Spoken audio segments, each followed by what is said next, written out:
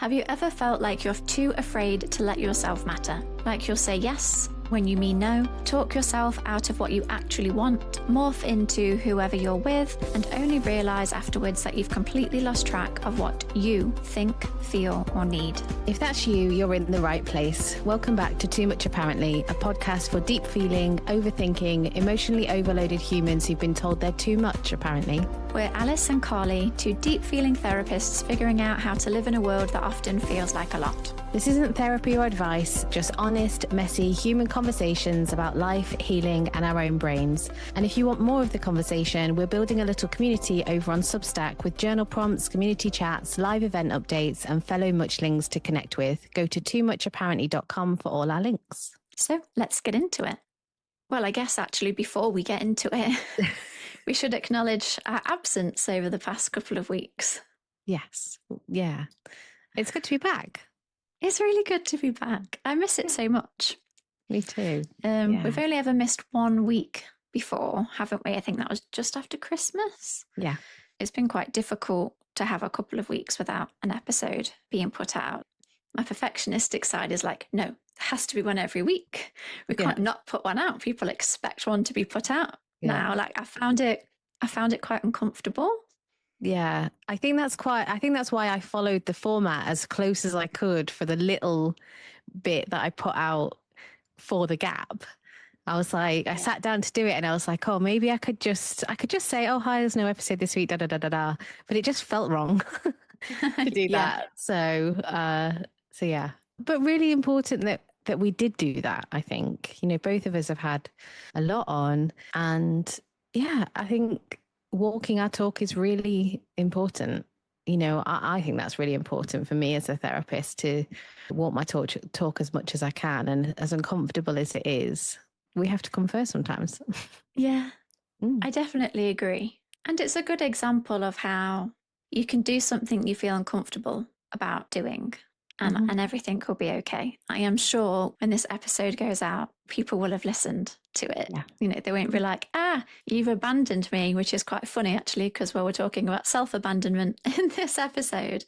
Yeah. But yeah, it's not always easy and it's not always comfortable, but still important very much to look after ourselves and do what it is that we need to do. And I think the majority of the time, everything is all right. Yeah. So the world is not going to fall apart if people don't have an episode of our very important podcast to listen to. Yeah. The best podcast. The very best. Yeah. So thank you for bearing with us while we had a little recuperation. Yeah. Yeah. Oh, so on to self-abandonment. I'm excited for this episode. Yeah, I wanted to do this one for a while, and especially because I don't think it's spoken about that much. I imagine there's still quite a lot of people that are like, what the hell is self-abandonment? What does that even mean? Yeah. So what does it mean? What does it mean to you? Question. Oh, I guess to me means linking it a little bit more with my experiences, but just understanding self-abandonment. Everyone will self-abandon sometimes. But when we're talking about self-abandonment as a concept for this episode, we're talking about chronic self-abandonment. So it is when you chronically dismiss, suppress, or override your thoughts, feelings, needs, boundaries, and over time, it can make you shrink and become smaller and smaller and smaller. So you might start using your voice less, be reluctant to share your thoughts and opinions, or to disagree with someone, or make a decision or choice that someone else might not like or agree with. So it's just a repeated pattern of putting your wants, needs, and feelings to the side in order to stay safe. That was a really good summary. That was a really good summary of what it was. The way that I think about it is, I imagine a child version of me, and it's looking at her and then turning to other people, and it might be specific people, or it might be like a general sense of the world, and being like, sorry, I've got to do what they want. I've got to do what, and then over time, she just gets sadder and sadder and more hopeless and kind of flopping and flopping. But yeah, just that constant message of, oh, sorry, you're not important enough for me to, yeah, prioritize what you want or need or any of that because I'm too busy with what's going on over here. Yeah. I like how you kind of brought what I said to life. Mm, Yeah, I kind of gave arguably a definition, and then that really gave a felt sense mm, of what it's like to leave yourself, yeah, to say no. Well, the message is you're not important, yeah, you yeah, know, over and over again. over and over again. And it's not Yeah. that we mean to be giving ourselves that message.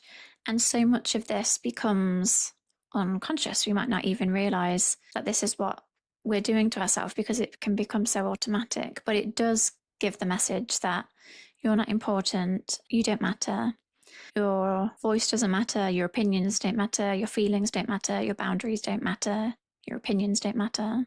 I may have said that already, but basically, you don't matter. Yeah. Yeah. And I think what you said there about it being unconscious is a really important point. So the way that I see it is like, I see it this way now because I've done a lot of work on it.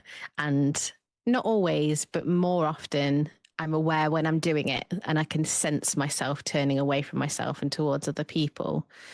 But I don't think it is that way for the vast majority of people that struggle with this. It just wouldn't even occur to them to consider themselves because they've trained themselves or have been trained by other people for so long to not even consider themselves. Yeah. Yes. Yeah, absolutely.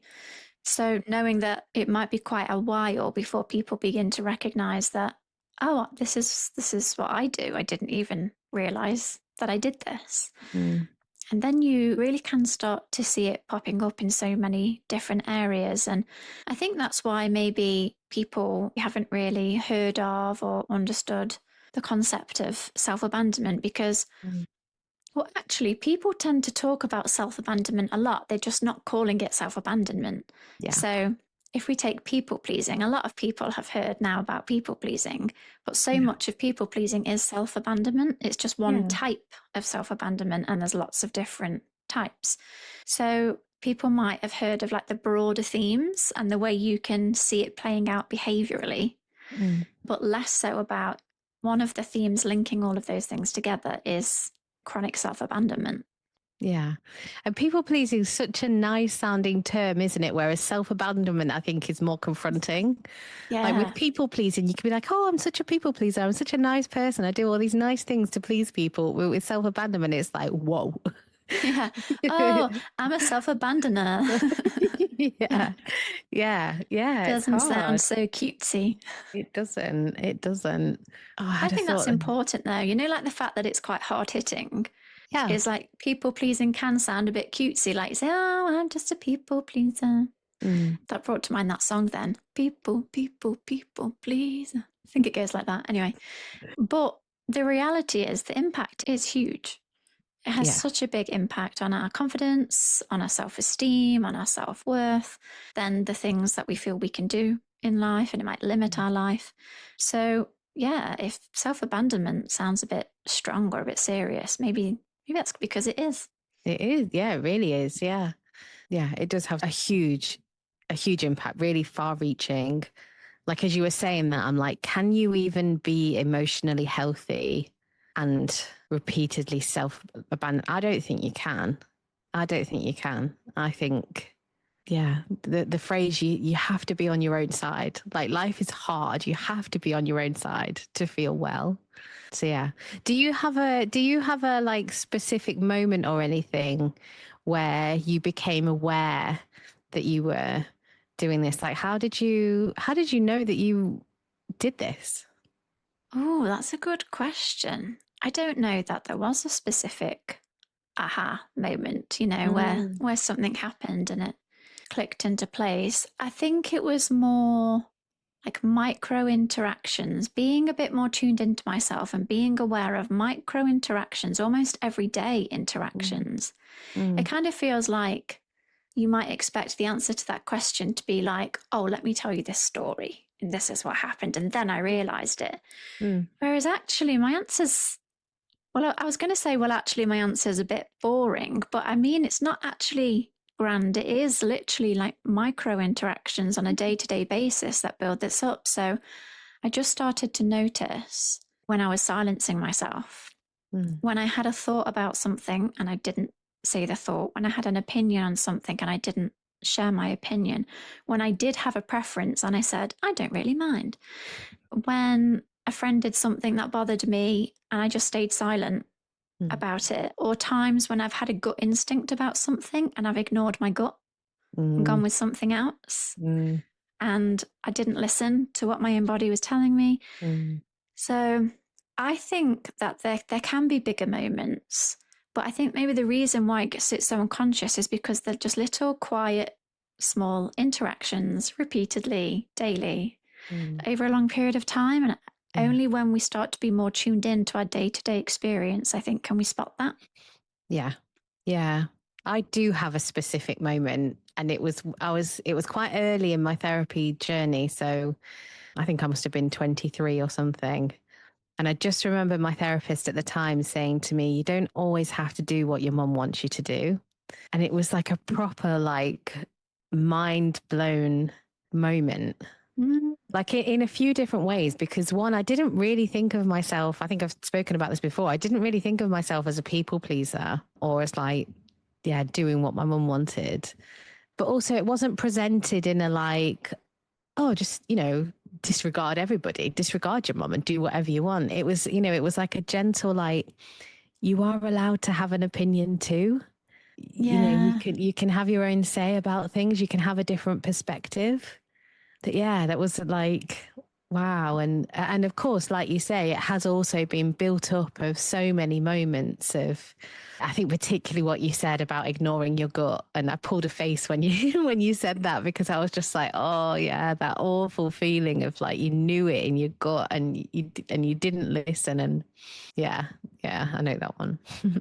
Yeah. Oh, Mm, it's nice hearing your story that you have a bigger example. And I mm, suppose in therapy, that was someone pointing it out to you, yeah. and then you suddenly realizing, like, oh, is this what I'm doing, and is that really okay? Mm, But yeah, I think the one about ignoring your gut is important because self-abandonment erodes your sense of trust in yourself. absolutely. Yeah. So you start to doubt everything. You start to then doubt your thoughts, your feelings, your opinions, Mm, and you doubt what your gut is telling you. You start to question everything mm-hmm, because if you become out of touch with those things, mm, you start to lose sense of who even am I? What do mm, I think? What do mm, I feel? What do I believe in? mm, So I think long-term self-abandonment is linked quite a lot with confusion around identity and mm. what do I even like? Yeah.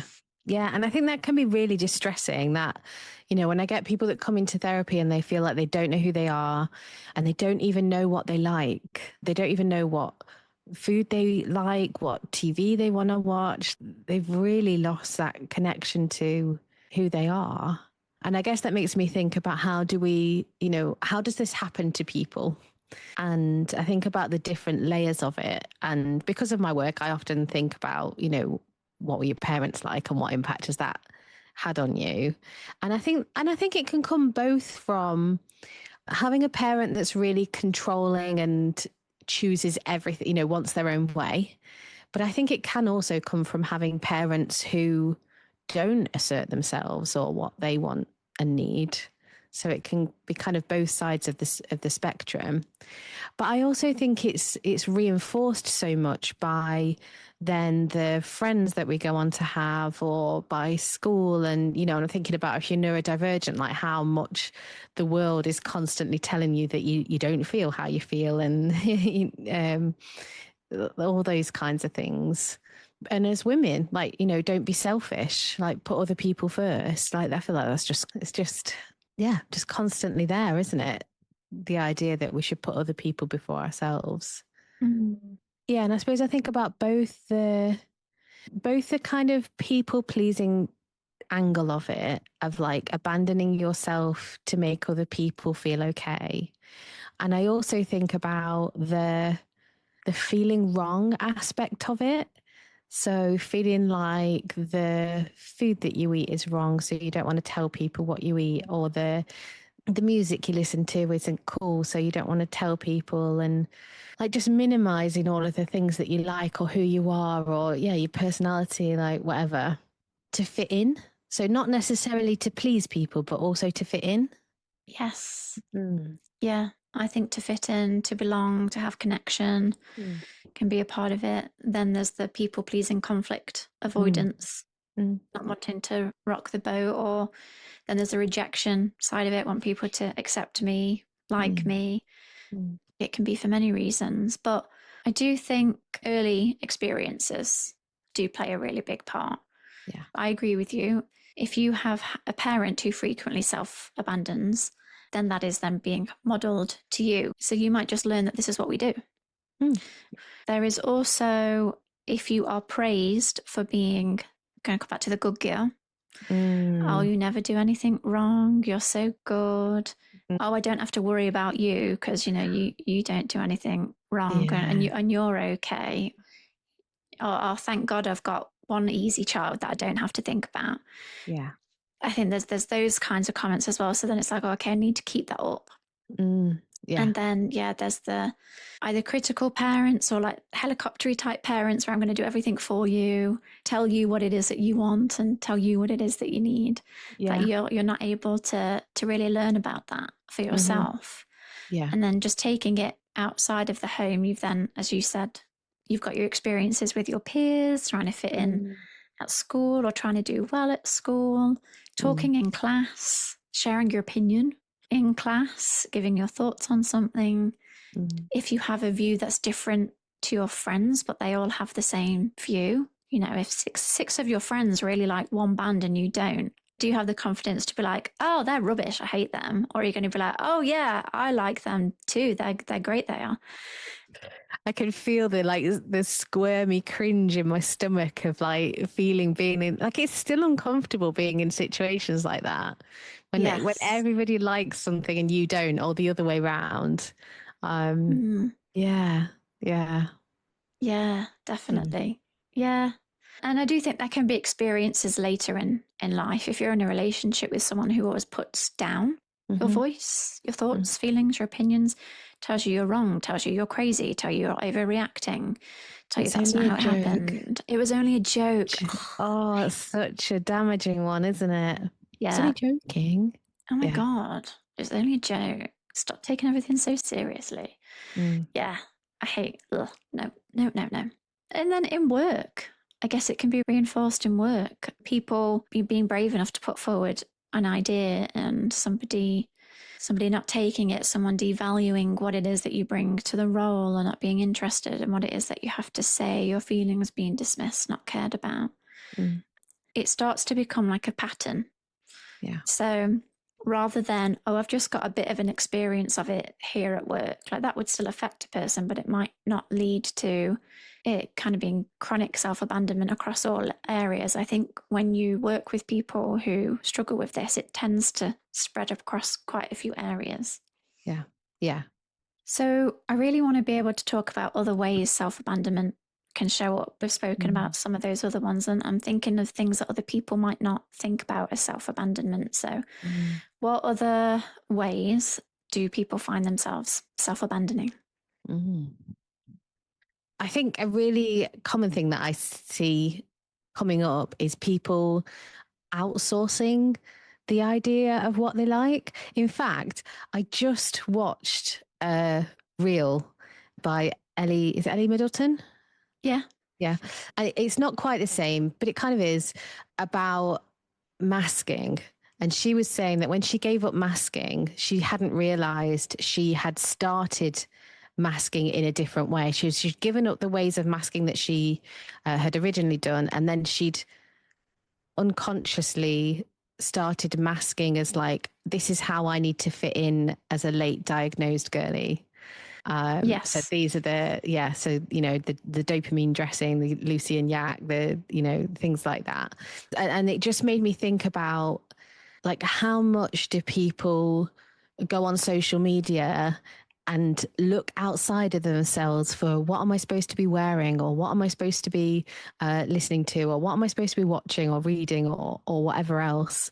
And I guess the same with AI as well, that this is increasingly coming into my practice of people checking with ChatGPT or Claude of being unsure about something, not trusting themselves, and just checking it out and checking it out and checking it out. Do you see Yeah. that as well? Yes. Yeah. Yeah. And have had to catch myself Oh, yeah. from doing it too. Mm-hmm. I'm kind of on a hiatus because I thought this is not healthy. This is not good. But you're right. It's rather than you start to trust what Google says or your partner says or AI says or the internet in general says over your own instincts, your own feelings. Even experts, like I think this is another area that it comes up. So parenting accounts, there are so many parenting accounts telling you all the time how to parent, do it this way, that way, the other. I feel like if you're neurodivergent, it's even worse. It's like, here's this fix and this hack and this cure and this whatever. And I think it could just completely make you lose trust in yourself. And yeah, so there's that, rather than turning to yourself and thinking like, right, okay, I know my child best, myself best, or whatever. It's that looking to others to find the answer for you, and then being confused when it doesn't feel right. Yes, yeah. Mm. Or if it doesn't feel right, you tell yourself, well, I must be wrong. Yes. Yeah, exactly that. Mm, Exactly that. yeah, Yeah. Yeah, like why does nothing work for me? yeah. Mm. Yeah. So you kept saying there, oh, music I'm supposed to like. And that made me think of shoulds. And we all like live to certain shoulds, certain rules for living that we've picked up from other people. But if we find ourselves living to lives like, oh, I should want children, I should want marriage, I should travel, I should exercise, I should meditate, Mm. whatever we're saying, we're going by what we feel we should be doing rather than saying, do I actually want this though? Yeah. Is this something that I actually want or just feel like I should want? Mm. And many people can find themselves actually going along with things like getting married that if they were in tune with themselves, that maybe they wouldn't have even have wanted to have done. Absolutely, absolutely. Like the majority of people I work with are university leavers have come out of university, they've done the whole school system, they've worked really hard, they've done the grades, they've got a good degree, they're probably in a good job, and then it's like, but I don't feel good, and I don't feel like myself, and I don't know who I am. And so often it's like there's been no conversation about whether they want to go to university or what course they want to do or what job they want to do or anything. It's just this narrow, I think of it as like a narrow middle class path of Sure. Yes. you work hard at school, you get a good job, you get married, you have children, you die. Yes. Yeah, and almost Yes. just bringing in this idea of what do I want to do. I think this is where when I said about my therapist saying, you don't always have to do what your mum wants to do, it's kind of where she was coming from. It's like, yeah, it just doesn't occur to people. It just didn't occur to me that I could have a say in my own life. It was never like Yes. that concept was never even put in front of me. Yeah. Yeah. I think that's a really important one. Definitely. Mm. Another one that's just come into my mind because it's one that relates a lot to me and is Mm-hmm. something I noticed and have wanted to work on is self abandonment by not advocating for yourself. Ooh, yeah. Yeah, and that can show up in so many different ways. So you order a meal and it comes out cold, but your needs don't really matter. You don't want to upset the waiter, you don't want to upset the chef, you don't want to upset the restaurant, you don't want to cause a fuss, so you don't send the I food back. still, I still hate that one. Yeah, I I really, get, I do that now. But yeah, not asking for help, just accepting poor service, accepting if someone's rude to you mm, or dismissive of you, struggling to advocate for yourself in health services, just being mm, able to say, excuse me, hang on a minute, this isn't right. I'm mm, not okay with this. yeah, yeah, And whether that's with another person or with a service or anything else, mm, it's you're not okay about something, but you just suffer in silence. yeah. It feels easier. I think that's the Yeah. thing. It feels easier. Like even now, even after all of the therapy I've had, all of the work that I've done, it's still hard for me. I really dislike it. It makes me fully cringe in my body of having to speak up in situations like that. I just would rather not accept that I'm aware of the cost of that now. And I don't want to absorb the cost of telling myself again, I don't matter. Like, oh, I'll put up with poor treatment or poor service or whatever. But yeah, my sister's great at it, which is, it feels like a double edged sword because on the one hand, she's a great inspiration for me to look at and be like, right, okay, that's how you do it. And she can do it and I can do it. And on the other hand, she's so good at doing it. It's so easy for me to go, will you just say something? Right. Yes. Yeah. Yeah. Yeah. Yeah.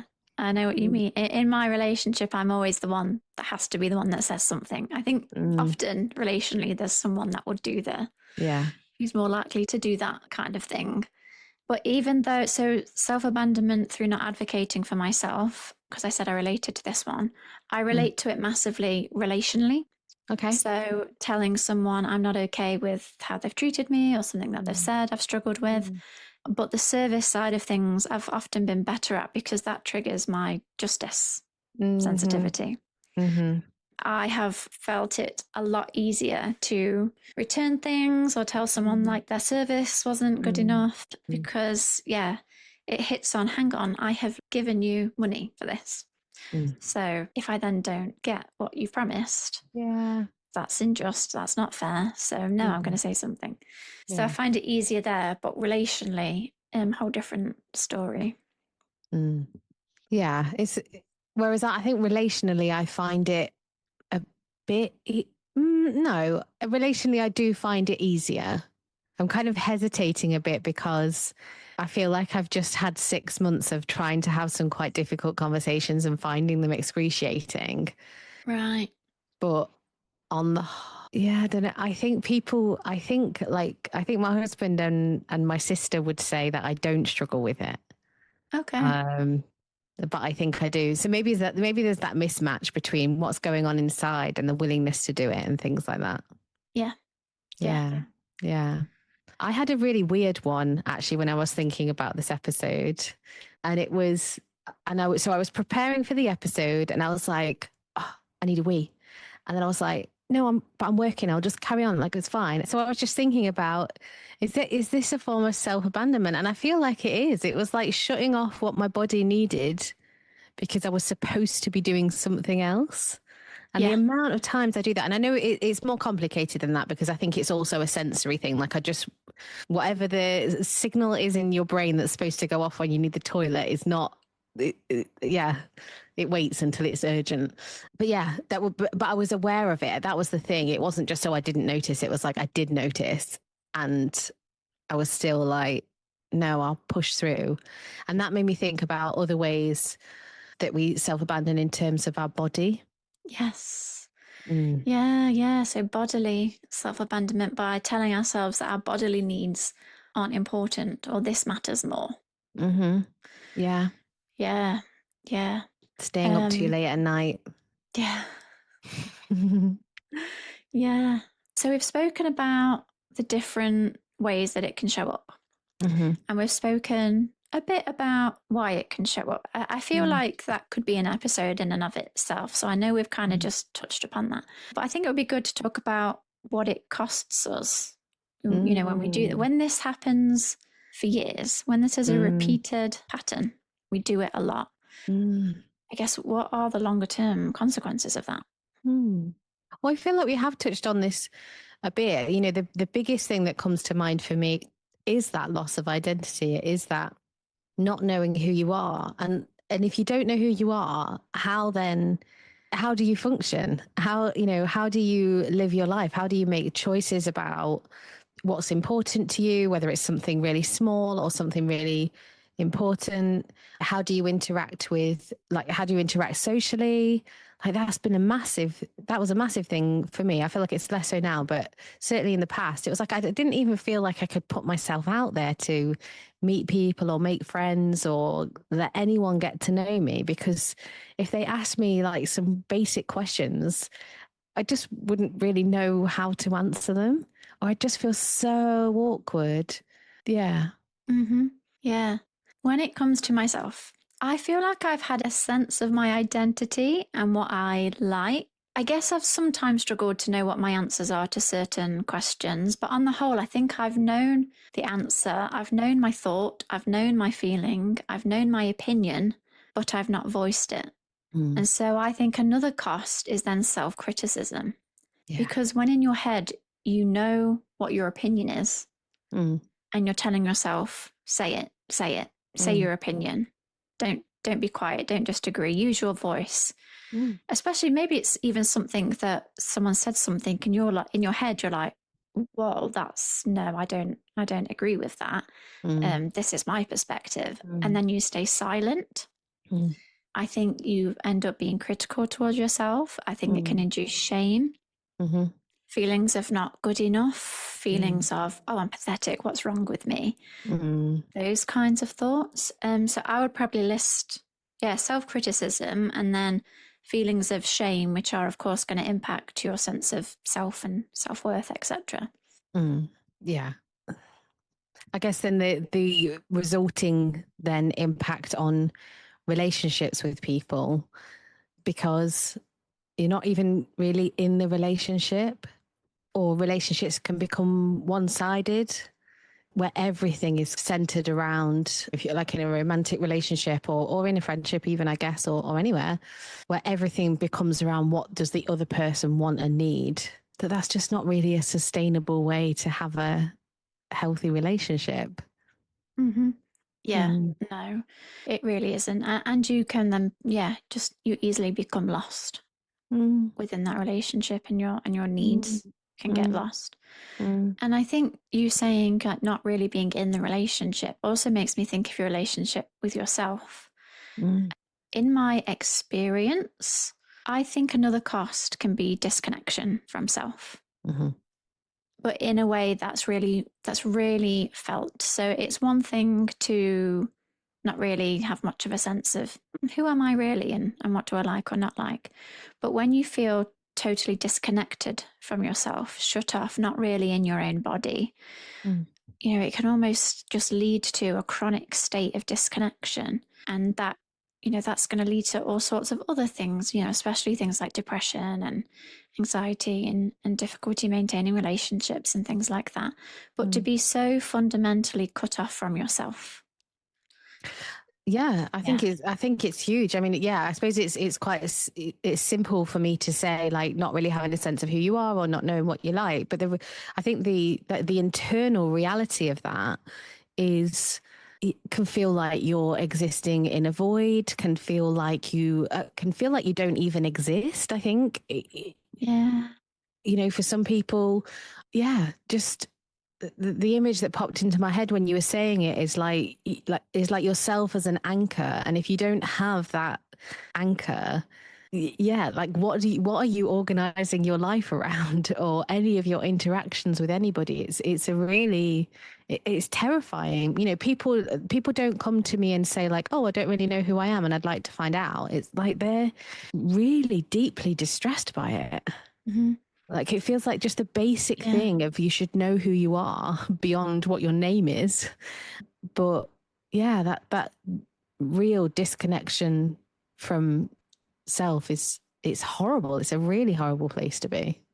Especially because I think you said, when things cannot feel real, I think then it can lead to dissociation. Mm. If you've been disconnected from yourself for such a long time, then the stages that can follow in order to cope and be in the world are to just totally dissociate from the world.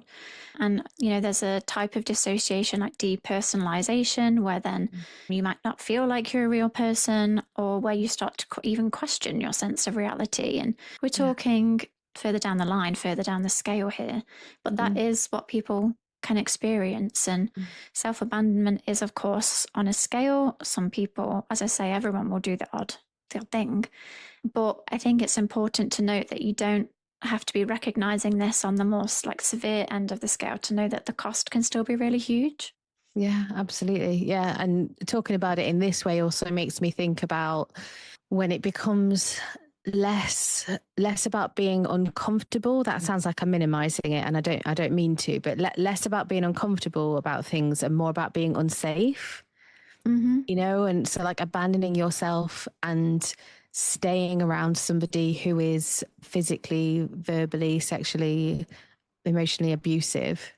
So many ways that people can be unsafe by staying in places that are not healthy and not safe for too long, because they don't have that. Yeah, that the disconnection from the part of you that's there to keep you safe has been shut down for so long. Yeah. And then other people can exploit that for their own Absolutely. gain. Yeah. Yeah. Mm. Well, how do people begin to find their way back to themselves? What does it look like to begin unabandoning ourselves? Mm. Every time we ask these questions on this podcast, my brain just goes therapy. The answer's therapy. I think, well, I think parts work is really helpful for self abandonment. Is really starting to notice the tension between the part of you that is aware of your needs and the part of you that's choosing to do something else for some reason, and getting curious about what's going on with each of those parts. But I feel like even as I'm saying that, like I'm a step ahead. It's like, how do you even start to notice that you are self abandoning at all? And I think for some people, it's going to require somebody else saying something. Because if you've grown up in an environment where people self abandon over and over again, then that will just be normal for you. Mm-hmm. Yes. Yeah. Sometimes it does take someone else pointing it out, like they did for you. Yeah. And the other thing is, well, for anyone listening, if you're noticing yourself in some of the things that we're Mm, saying, mm, then it's just trying to bring that more into your awareness. I guess with anything, the starting point is get curious and take note.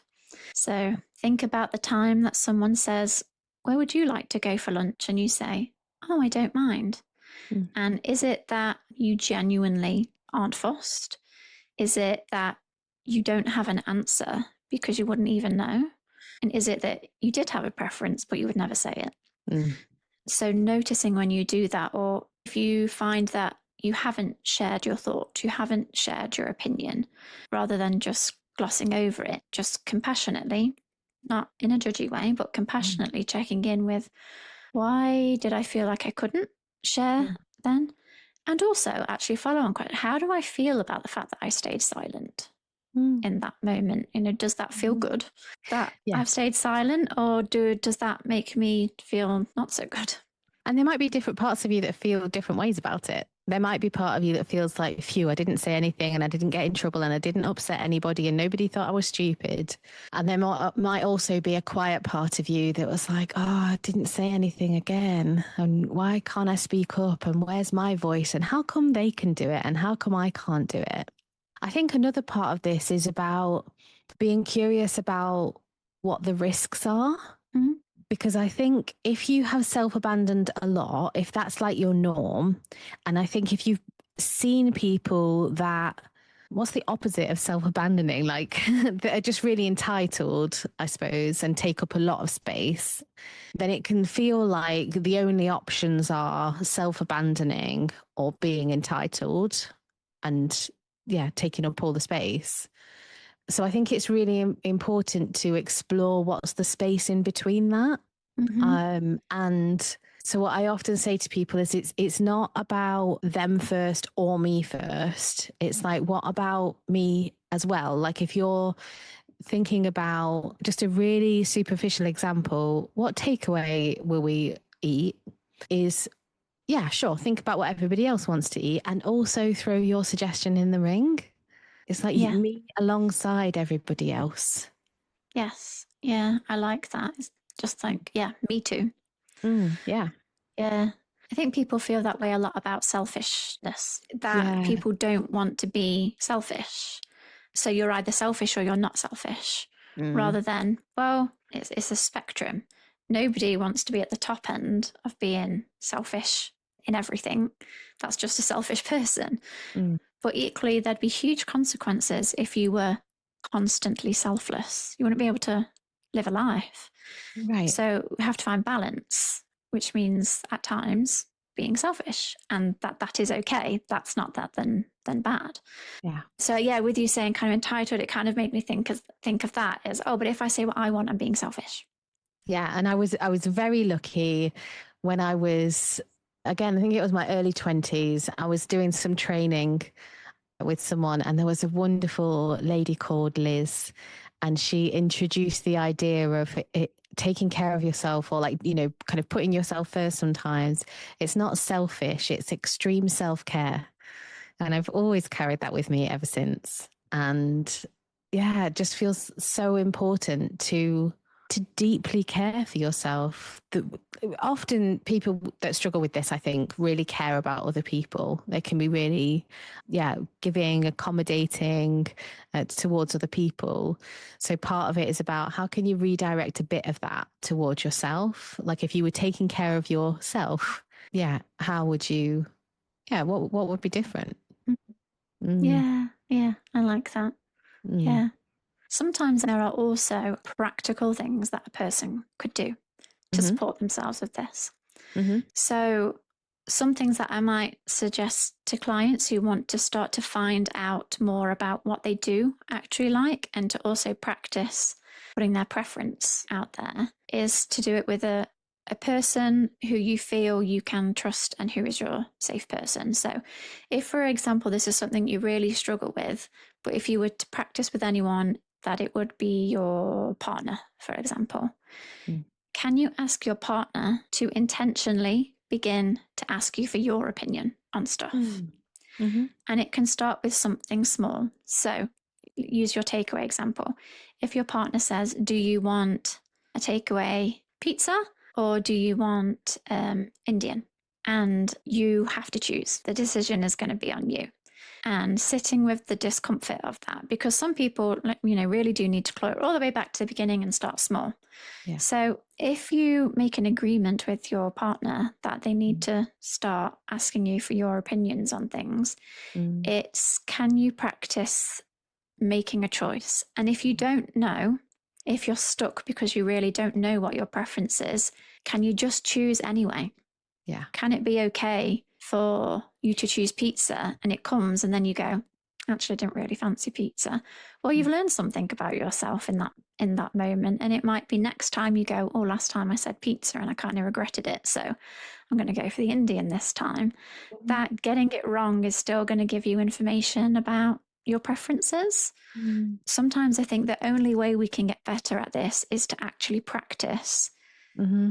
making choices, Yeah. giving our opinion. Yeah. And I really like that. And as you're saying it, I'm thinking about people that don't have a safe person and how hard that is when you don't have a safe person at all. And I guess that made me think about where I go to then is micro acts of self care. So, what really small things can you do?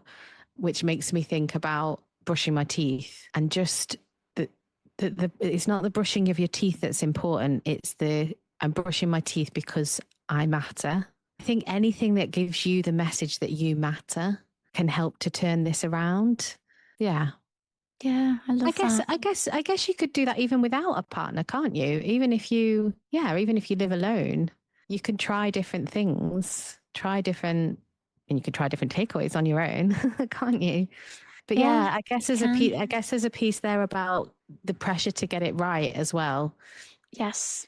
Yeah. Because there's a pressure to get it right for yourself, but with a partner, there'd be, oh, well, what if they don't like what I choose? But whether you're doing that with someone else or Mm, whether you're choosing a takeaway for yourself, yeah, it's, can I tolerate that I might have chosen wrong or it might not have been the preference of that person? yeah, And can that be okay? yeah, yeah. I feel like there's so much more that we could say on this episode, and I almost want to go back Yeah. through our plan and pull out 5 or 6 separate episodes for us to do, because it's such an important topic. But Yeah, we can good to come get back an to it intro. for sure. Mm. Yeah, definitely. If you ever felt like you're too afraid to let yourself matter, like you've said, honestly, whatever you want, so many times you've genuinely lost track of what you'd actually pick for dinner. Maybe that's not a sign you need to be even easier, even lower maintenance, even less. Maybe it's a sign you learned a long time ago that your needs were safest kept quiet, and that's worth starting to question now. Next time, we're diving into Too Particular About Everything for anyone who's ever felt like they're constantly trying to do life the right way and can't quite switch off the pressure to get everything just right. Before we go, we'd love you to come and join our Substack community, Too Much Apparently. It's a little community space for fellow Muchlings where we share journal prompts for every episode, host community chats, and share early updates on new episodes and live events. If you'd like to stay connected between episodes, please go to our website, toomuchapparently.com, for more information and the links. And if this episode made you feel a bit less alone, subscribe, rate the podcast, and follow at Too Much Apparently on Instagram and TikTok. These small clicks help other sensitive humans find us. But for now, we'll leave you with this. What might change if you let one person see the version of you that actually needs something?